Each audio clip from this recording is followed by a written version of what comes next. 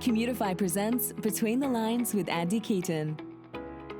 Each week, we explore the challenging issues transportation demand management professionals face on their journey to transition commuters from driving alone to more sustainable, shared, and active commuting habits. Be sure to subscribe to hear next week's episode and check out our exclusive commuter playlists on Spotify. This is Between the Lines with Andy Keaton.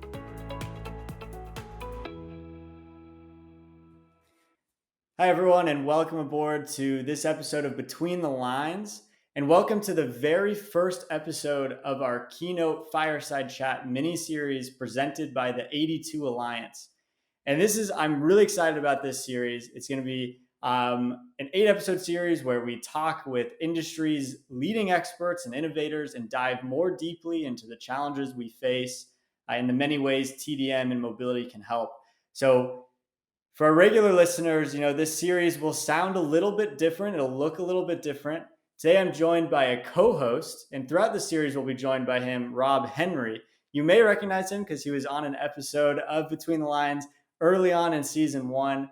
But as a reminder, Rob is the president of the 82 Alliance. He is a Transportation Demand Management Certified Professional, or TDMCP, with over 20 years of experience in transportation. And he has worked and presented on transportation projects throughout the United States.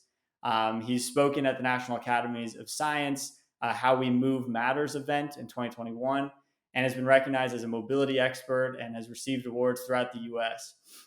He's also an expert in public policy, which is great to bring him into this conversation, particularly as we'll see in a little bit.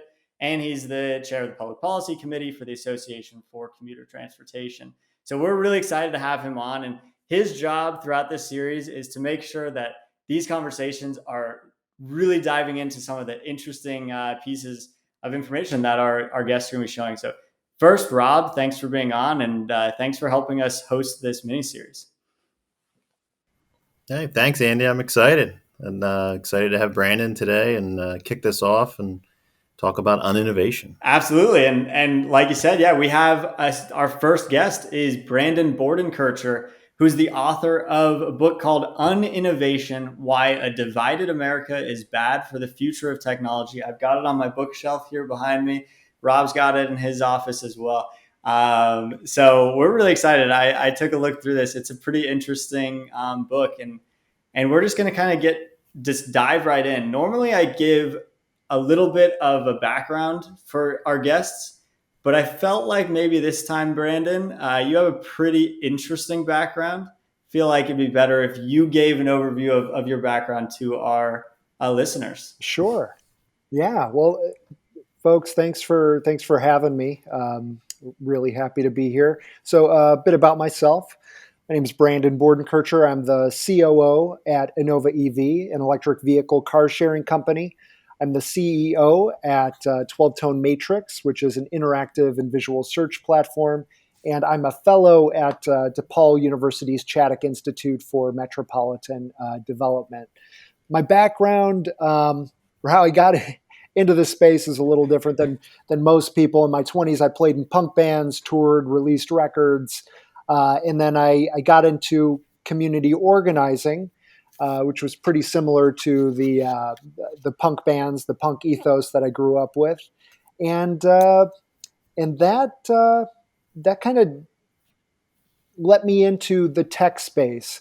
So I was a community organizer dealing with housing issues. I started writing white papers on disruptive mobility tech, and I spent a few years on Airbnb's public policy team.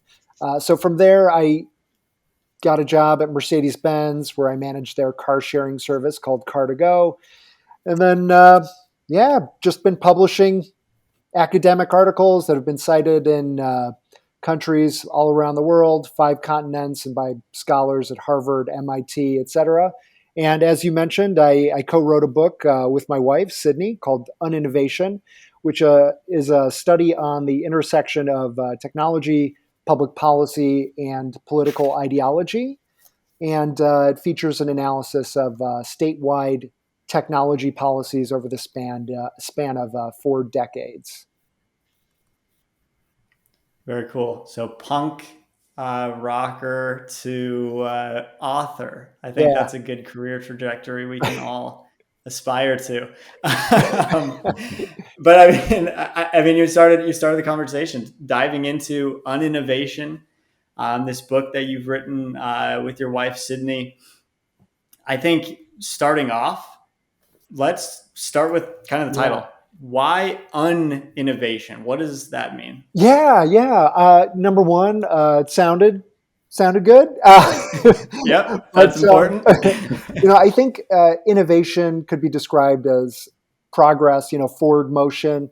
I think of innovation as like a car traveling down the highway at 100 miles per hour, and public policy can kind of act as a guide rail to that forward motion. Keeping us safe, making sure the car doesn't careen off the cliff and explode at the bottom of a ravine.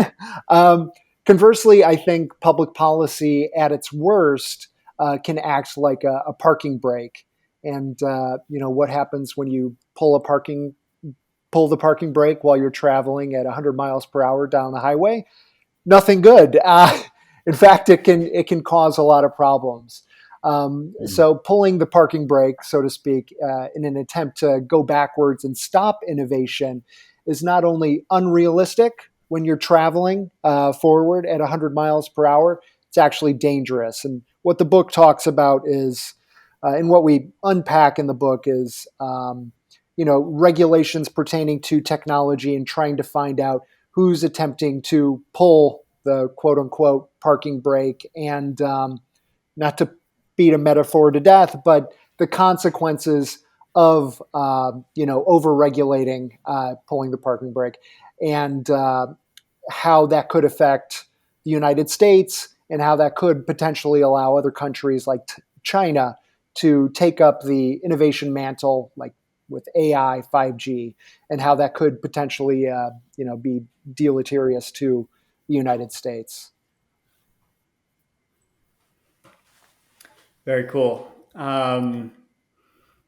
So, kind of looking into the book a bit more, can you kind of elaborate? And we're going to get to a specific example that you're familiar with, kind of extensively in Car to Go. But Mm-hmm. before we get there, can you just elaborate on some of these, the problems, the solutions that you're dissecting, Yeah. as well as, the negative effects that are brought on by these solutions? You mentioned that pulling the parking brake, but any examples you can share, anything more there is great. Yeah, I mean, that's a great question. I think ultimately the underlying problem we dissect is the political division in the U.S., specifically between conservative and liberal political parties, and how we got there. For example, self-sorting, which is when like-minded people move near other like-minded people. There's also the demise of the fairness doctrine that had originally required media companies to provide equal time for both sides of the debate. And then there's social media, which has helped the spread of confirmation bias and is basically self-sorting, but on a technology platform. And and so we take those, and then once we explain how we got here, then we use both political parties as a form of measurement to dissect different policies passed by each party, and attempt to find out the reason why each party is passing the specific laws and regulations. So a few of the regulations we put under our microscope are, let's say, ride hailing, home sharing, autonomous vehicles, car sharing, 5G. So that's kind of what we're looking to uncover. Why are things the way they are, and how is that affecting the regulation of these newer technologies? So, Brandon, I had recently had a conversation with elected officials from both of our major parties, and they both were kind of talking about how it feels like within their own parties, there's almost two parties, and thinking about solutions to that moving forward. Is that anything you thought about or Yeah, could give some yeah. credence to? It really comes down to, especially when solving problems for some of these issues brought on by technology, it's really understanding why people feel the way they do, why they have these thoughts and on certain technologies, and really getting to the crux of the issue. And I mean, what that takes is empathy. So no matter which side of the aisle you're talking about, it's really understanding, why people are why people feel a certain way about a specific technology. I mean, I think a good good example of this is why people think and act the way they do. You think about global warming and renewable energy. Folks living in coal country, they're predominantly Republican areas. Mm-hmm. They don't see renewable energy as just a threat to their job. They see it as a threat to their cultural norms and identities. And when interviewing folks living in coal country, researchers have found they use words like tradition and pride and generations and taken away. And working in the coal industry is something that's really ingrained in the DNA of the folks who live there. It's hard work working in coal mines, and they take a lot of pride in it. And it's important to understand really what drives people, and when you're attempting to, uh, you know, win them over and finding solutions. Because saying like, "Hey, I have the solution. Here's what you need." If you are not connecting with a person and really understanding where they're coming from, no matter how good your solution is, it's moot. No, they're not going to listen to you.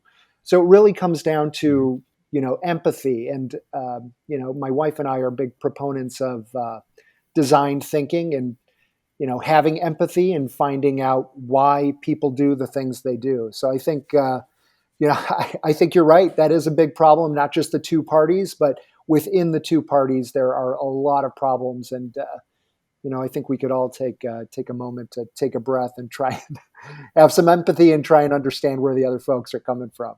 Yeah, yeah, I think that's great. And I think that old adage of living in someone else's shoes to get a perspective, and why especially with technology, it's so important. So it's great. Yeah, I mean, really interesting. And I like that insight as well, Rob. Yeah, it's not just the two parties, it's now, you know, four sub parties, I guess. And I think it's really important, like you said, Brandon, to understand where people are coming from, what drives them to do things. And I think you mentioned that and talked about that a lot in the book. You also mentioned this idea of, kind of quoting you from talking earlier, the governments have to iterate, hopefully to solve for 80% while leaving out 20%. What does that mean? Why is that Yeah, important? yeah. I think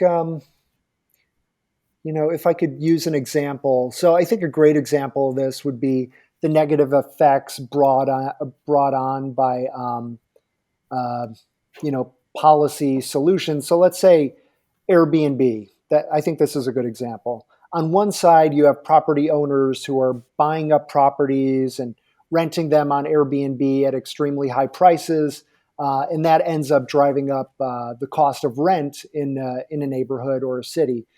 So elected officials attempt to reel that in to mitigate some of the problems brought on that or you know Airbnb is causing. So they're trying to make sure elected officials are trying to make sure the car doesn't veer off the cliff, so to speak. But being too extreme with policy solutions could do harm as well. For example, there are many people who host on Airbnb in order to supplement their income to help pay for their mortgage or pay for medical bills, and overcorrecting via regulation, could be devastating to those folks. So it's important for governments to iterate when solving problems, And a good way to do that is by utilizing what you mentioned, the 80-20 rule.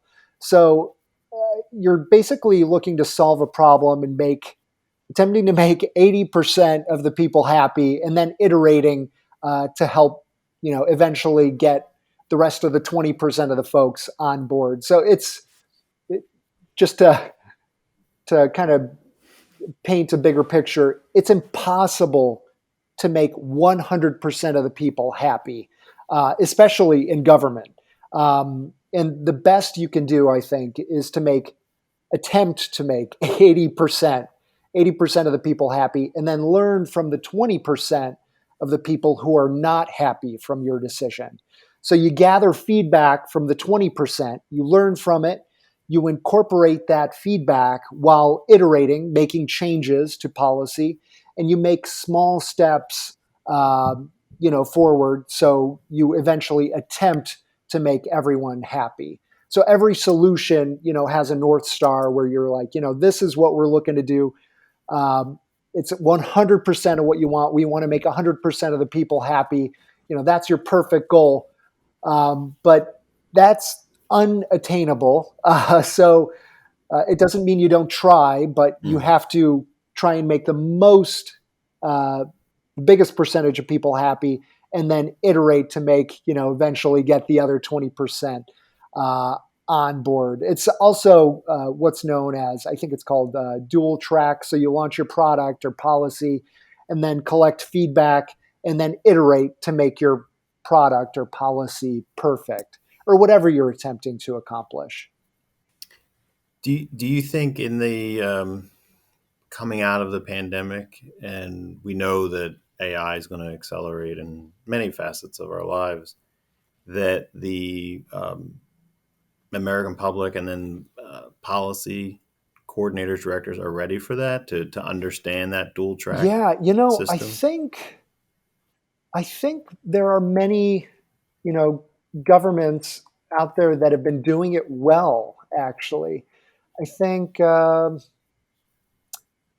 what's a great idea? I guess, scooter sharing. So let's say, when scooters launched, um, they kind of just tossed their scooters everywhere, right? Scooters were banned from too many cities to mention, because they didn't ask for permission. They just launched without running it by the local municipalities, and it caused a lot of problems. So what Chicago was able to do, instead of just launching their scooter pilot,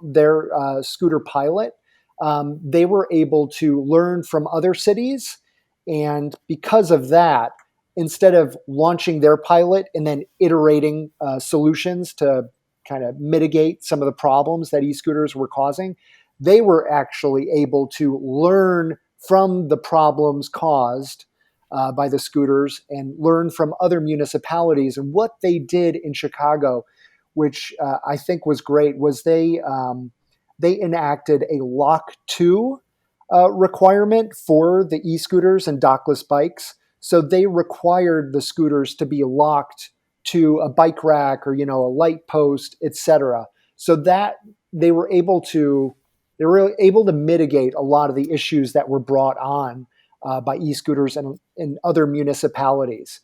So I think, governments are starting to do a really great job with learning, not just from their own policies, but from other cities' policies and the issues that are brought on, and different ways to solve for those problems. So that's through something that's called policy diffusion, where governments learn from other governments out there. And I think Chicago is a great example of that. There have been a lot of other municipalities who have done other things like that, but I think that is such a great example of how cities are able to learn from each other and to make those small changes, iterate and solve for some of those problems that are brought on by solutions. E-scooters being a solution to lack of transportation in a city. It's great. So I want to continue the conversation around mobility. I love the scooter conversation because I think most people, at least in the mobility space, definitely are aware of that problem of scooters and dockless bikes just kind of ending up wherever and Yeah. seeing how governments react with that. But in your book, you talk about three kind of mobility specific topics. You mentioned these ride hailing like Uber, Lyft, autonomous vehicles, and car sharing. I want to dive into car sharing because you're intimately aware of that, having worked at Car2Go, and kind of look more at that Car2Go car sharing problem. So let's start off high level. What is the problem that you are researching and addressing in the book when it comes to car sharing? Yeah, well, I think first understanding what the problem is, what car sharing is looking to solve for.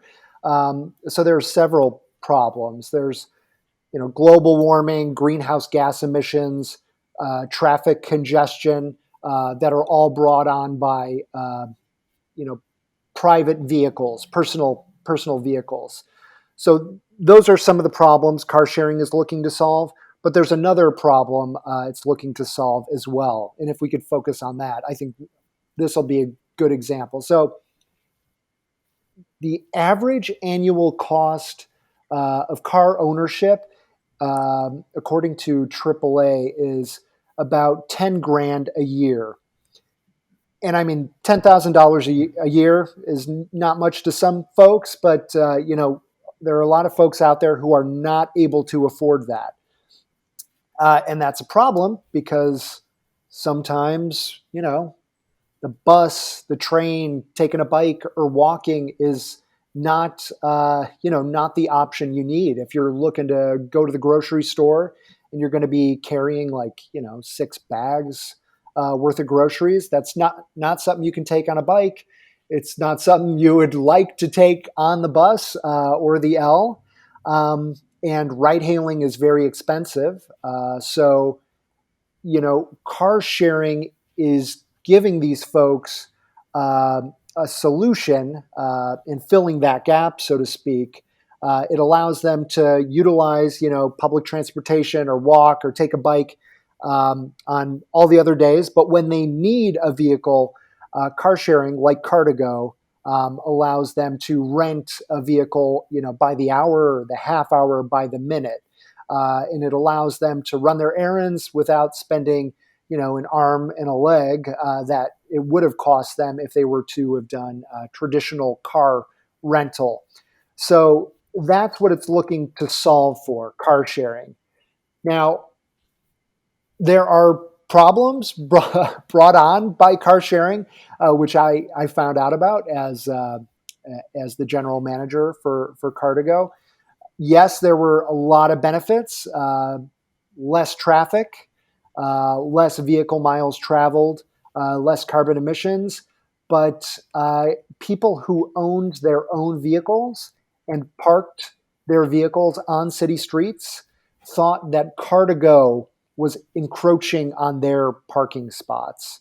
So to be clear, Car2Go, was not encroaching on their quote unquote parking spots. Car2Go was just parking on the streets, which was available to anyone with a city parking sticker. But that said, these folks with their private vehicles found Car2Go to be a problem, and they found it exasperating, their existing parking crunch. So it was great for 80% of the folks in the neighborhood, but those 20% were not. It was less than 20%. I mean, it was probably less than 5%. But those folks were not happy. So, how do you deal with that specific problem that comes up? You rebalance the cars. You make sure that wherever those problem areas are, you kind of focus on there and make sure, cars are moving and not sitting idle for too long. And that's, I think, that's what I learned at Car2Go. I'm currently working at Innova EV, which is another car sharing company. And one of the reasons I love Innova EV is that we use a corral-based system. So we're not parked on the street. We're not gobbling up parking, and people aren't getting annoyed with us. So I really like that about Innova EV. Let me just say. Makes your life easier. Yeah. Was there, when you were going through the Car2Go process, was there an 80-20 model somewhere in there with government where they got involved because of the perception maybe from residents that you were taking away parking spaces? It's definitely something that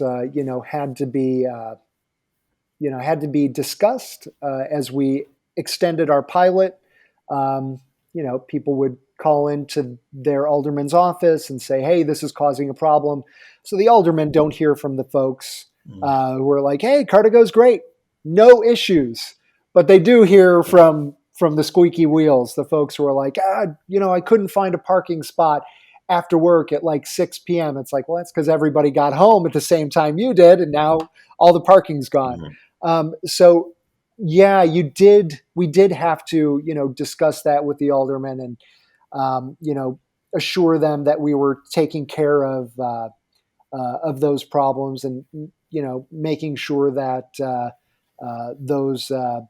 those constituents, weren't just being swept under the rug, and that we were attempting to iterate and solve some of those negative externalities that were caused by us. So yeah, we did have to deal with that. But it's, you only deal with the negative externalities you cause after you launch. But that's something we had prepared for. We knew folks would, some folks were going to get angry, and you just have to plan for it, be ready, and, deal with it as it comes. Yeah. Well, and it sounds the corral model, in some respects, in a lot of the industries, is almost sort of kind of the 80-20, because that seems to make governments feel more comfortable with the process. And it could be the same amount of whatever it is, e-scooters, car share on the street, but that seems to be a solution that came out of this kind of process as all the new mobility was entering into the Exactly. marketplace. And obviously it's not as big of a problem with us as it is with the e-scooters. You're not going to find any of our cars in a tree or in a lake. Yeah. That said, it makes it easier for everyone involved. It's easier for the city. It's easier for the users. They know where to find our vehicles, and it's frankly, it's easier for me. It's easier for the folks who work at Innova, because we know where the vehicles are, and if a vehicle needs some TLC, we know where to go get it. Swap out a tire, etc. So, but these are things that companies have learned as they've launched their car sharing or e-scooters, et cetera, in cities. So you learn from, the problems that arise, and you're able to come up with innovative ways to solve for some of those negative issues that come up. Makes sense. And, I talk about this a lot on the podcast. I live in Montreal, and I don't have a car. I live kind of in the downtown area. But there's a great car sharing company up here called Communauto. And they have a similar approach. They have the corral kind of approach. They also have just the free, I don't know how you call that, freewheeling, park wherever on the streets that you're allowed. I love the corral model because I know the car is going to be there. I don't have to, walk around trying to hunt for one on the app. So I like this idea that not only does that 80-20 model work for policy, but it also works for technology. And the two can kind of work together to say, hey, what's the problem? How should we, work together to solve this? I think that makes a lot of sense. Agreed. So one of the things I saw when I was looking through and kind of reading through some of these sections in the book, you dive a lot into the two political parties in the United States, the Democratic Party and the Republican Party, kind of what policies they've enacted at the state level around the country. And I mentioned, you talk about ride hailing, you talk about autonomous vehicles and car sharing in the book. But I found it interesting that it seems two of the three of those have faced, a relatively larger opposition from the Democratic Party, those being ride hailing and autonomous vehicles. Whereas car sharing seems to be kind of just, it seems both parties maybe have enacted similar policy or similar number of policies. Why do you think ride hailing and autonomous vehicles are maybe seen more negatively by the Democratic Party in terms of at least, the policy side of things compared to something like car sharing? Yeah, that's a great question. I think, I think with ride hailing, it's found more in large urban areas that are typically controlled by Democrats. And when you have a large number of new quote unquote taxis on the street, that can cause safety issues. And that would be my main guess as to why Democrats have concerned themselves more with ride hailing. And then there's also, the classification issue. So Democrats are typically more concerned about, classifying drivers as employees and requiring Uber and Lyft to pay,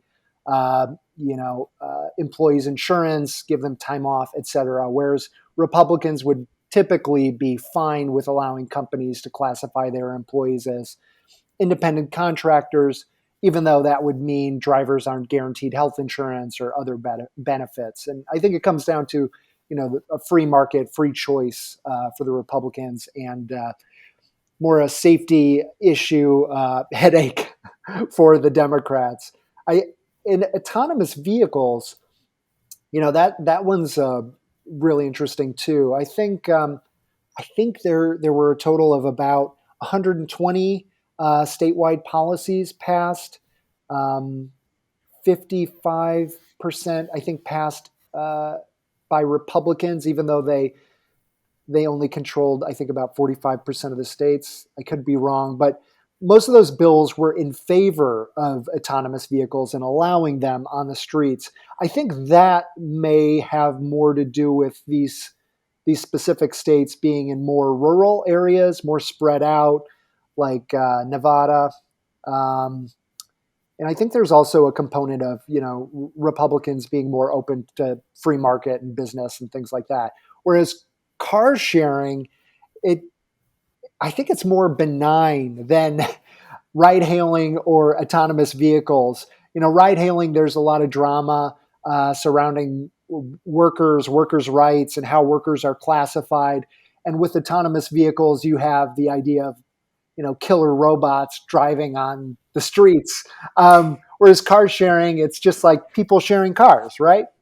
So it's, really hard to get jacked up and angry about that either way. Now, that being said, I think it was, who was it? One of the car sharing companies, GetAround. It was either GetAround or Turo. There was an issue here in Chicago where there was one person on the north side who had 40 cars parked on one city street that he was renting on the platform.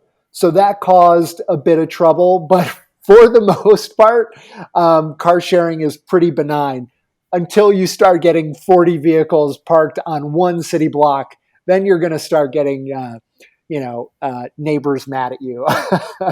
But I think that those are the main differences and kind of why, parties have fallen where they've fallen with those specific technologies.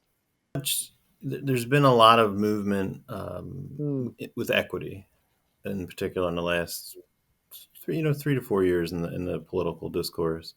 How much of a role do you think that plays in some of those decisions when it comes to policy that's made towards a car share versus a ride-hailing service? Yeah, that's a great question. That's something cities and companies are, one, looking to solve,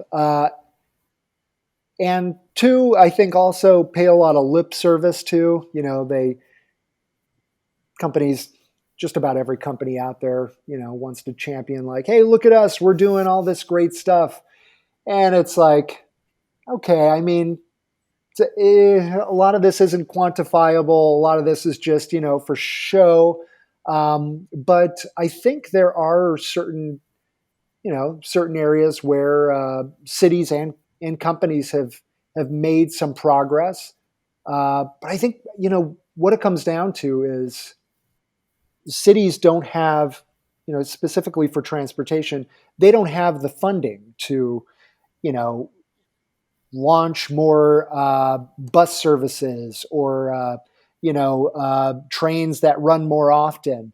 Um, in fact, I think they're losing a lot of funding, and they're looking for ways like, hey, how can we close these gaps? We can kind of force these companies to attempt to fill the gaps they want to run in our cities. So we're going to say, hey, you need to fill in these gaps. Like there's no more bus line here. We're going to force you to fill in that gap.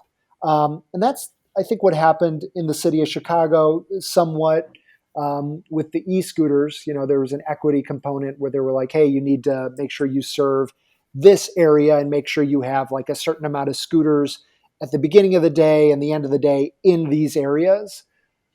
I think that's great, but expecting companies to kind of fill that gap is, that's it's difficult because if the companies are not able to, make revenue in a city, then they're just going to have to pull out completely. So I think it's really important for cities and companies and the community to all come together and find out, okay, how can we work together? What is the root cause here of some of the transportation issues? And how do we solve those issues? Because, just throwing extra scooters in this area is not going to help, family of four get to school or get to work.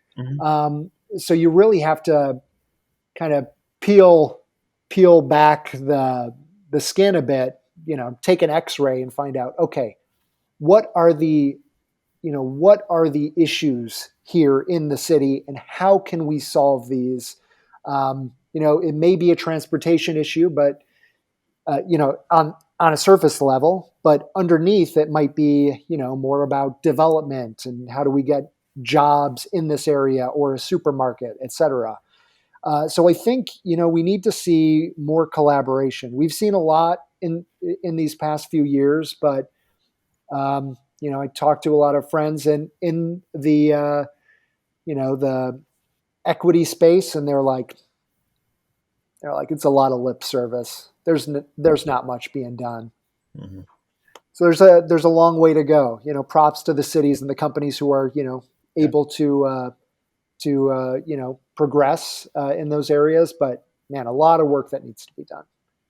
Yeah, I would agree. I think there are a handful of cities that are being very proactive and going to tech firms and saying, here's our challenge, and do you have a solution for us? And then there are cities that are just saying, we don't want your tech, and they're fighting and get this kicking and screaming. And so I think those that continue to evolve and adapt and innovate in will Chicago, be successful. when Cartago launched, Cartago was ready and willing to go to the south side, but there were a few aldermen on the south side who had, they were worried about parking, specifically parking around this DePaul Stadium, just south of the downtown area. And because of that, they said, we don't want car sharing in our neighborhood. Cartago was ready and willing to go, to the south side, but those aldermen passed on it. And Cartago ended up looking like the bad guy. We're like, hey, we wanted to go there. The aldermen were the people who said no. So many companies are ready and willing to do those things, but there's, I think, an education gap when it comes to some of these technologies. Understanding. What they do, the problems that they seek to solve, and some of the misconceptions that people have about these technologies and the problems they cause. So I think that's a great example of, companies need to get out prior to launch, and they need to really educate elected officials and the community to ensure that folks know who they are, what they do, and that they're not just fly by night. They're looking to be in the community and solve these issues. So it's a lot of work to ask for tech companies to do. They just want to launch and offer their service, and they have to do all this pre-work and outreach, and it's a lot of work for everybody. Right. Yeah, I was gonna ask you this question of like what lessons, strategies, ideas, mobility professionals, whether in the private or the public sector, should take away from this discussion. But that really seems like that's it. You summed it up. Working together. Tech shouldn't just come in and say, "Hey, we have the solution. We know what's right." And same thing, public sector. Shouldn't go in and say, "Tech, you don't know what you're doing." There's some kind of discussion there. But is there anything else you'd want to add? Like if someone's, our listeners are listening to this, they're saying, okay, what's that one thing I need to bring back to my team and consider, anything else you want to add to that, Brandon? Yeah, I think, I think just remembering to have empathy, really attempt to understand where people are coming from, whether that's elected officials or people who live in a certain neighborhood where you're looking to launch. Really attempt to understand them and get to the root of the problem. I think, this is a great analogy. A lot of times people say like, hey, I know the problem. I know what we need. We need a fence. And it's like, well, you may not need a fence. What's the issue? Well, rabbits keep coming in and eating all my, all the food in my garden. It's like, oh, why do you have a garden? Well, I need a garden because I can't afford food to live. And it's like, oh, okay, well, seems like there's underlying problems here. You may not need a fence. It sounds like you need more, investment in your community, et cetera. So really trying to understand where people are coming from, having empathy, trying to walk a mile in their shoes, so to speak, and then solving for that issue and then iterating. Going through and attempting to make as many people as happy as possible, and then, collecting feedback from the other 20% and just going from there and trying to perfect it. I think that's the main thing: empathy and iteration. Getting close to wrapping up, I was thinking, being in a punk band, is there a punk band transportation-like song? I know we try to find sometimes different music that integrate trains or buses or bikes. Yeah, let's see. The first one that came to mind is the Clash, Train in Vain. I don't know if that's specifically about trains, but it's in the title. So maybe folks will give me a pass on that one. That's a good one, though. That's a good question. I'm going to be ready for the next person who asks that. Okay. I like that question. That's fun. Yeah, let us know, Brandon. Give us like a list. Send us an email after with here's all the punk songs that happen to talk about biking. That would be a fun song to listen to, I feel Will do.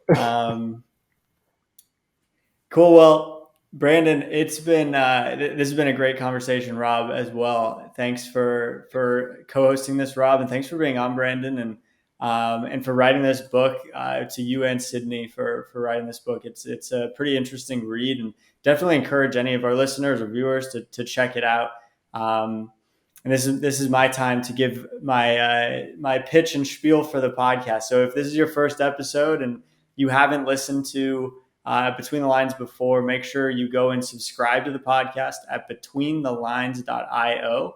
We send emails out when a new episode comes out with further resources. So you'll be able to find out where can I buy this book, etc. So definitely make sure you subscribe to that, and subscribe, comment on our podcast on wherever you listen to them: Spotify, Google Podcasts, Apple Podcasts. Check out the video as well on YouTube. It's a little more fun sometimes to kind of be in the room with us and have that conversation. But thanks again for joining, Brandon and Rob, and really a really interesting conversation. Thanks for having me. It was great. Yeah. Thanks, Brandon. It was great. Thanks, Andy. It was fun. Awesome. All right. Well, everyone, thanks for joining, and we'll see you next time. And make sure you keep checking out this series. This is only the first of many with the 82 Alliance. And thanks again to the 82 Alliance for helping us put this series together. We're really excited about it. Thanks for joining us on this week's episode of Between the Lines with Andy Keaton. Be sure to subscribe to hear next week's episode and check out our exclusive commuter playlists on Spotify.